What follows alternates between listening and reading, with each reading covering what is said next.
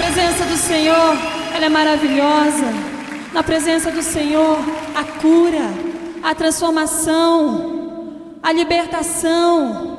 O nosso louvor, ele liberta, porque nós estamos na presença do Deus Todo-Poderoso, o Deus grande, o Deus libertador, esse Deus que nos guia por caminhos certos. Com Ele nós podemos todas as coisas. Esse é o nosso Deus, o Deus que se faz presente aqui hoje. É esse Deus que nós levantamos as nossas mãos, a esse Deus que nós adoramos. Aleluia.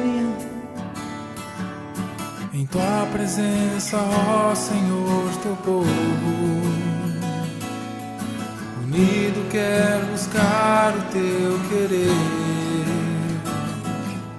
Presença que desfaz todo mal, toda dor. Real consolo traz eterno amor. Continuamente o Senhor nos guiará.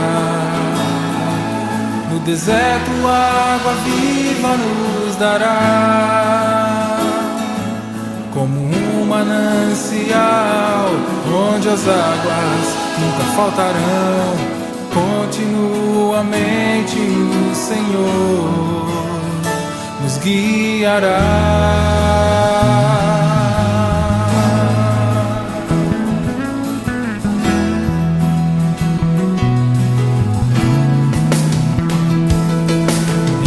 Presença, ó Senhor, teu povo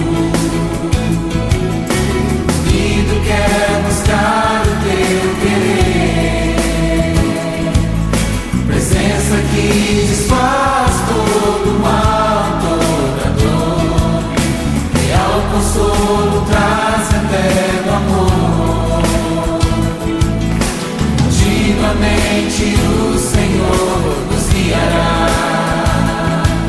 No deserto água viva nos dará, como um manancial, onde as águas nunca faltarão.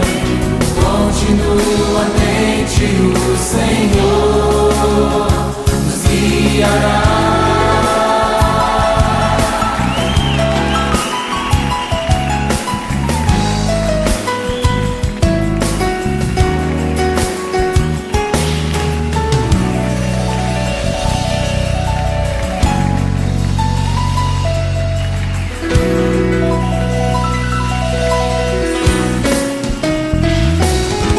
Continuamente o Senhor nos guiará.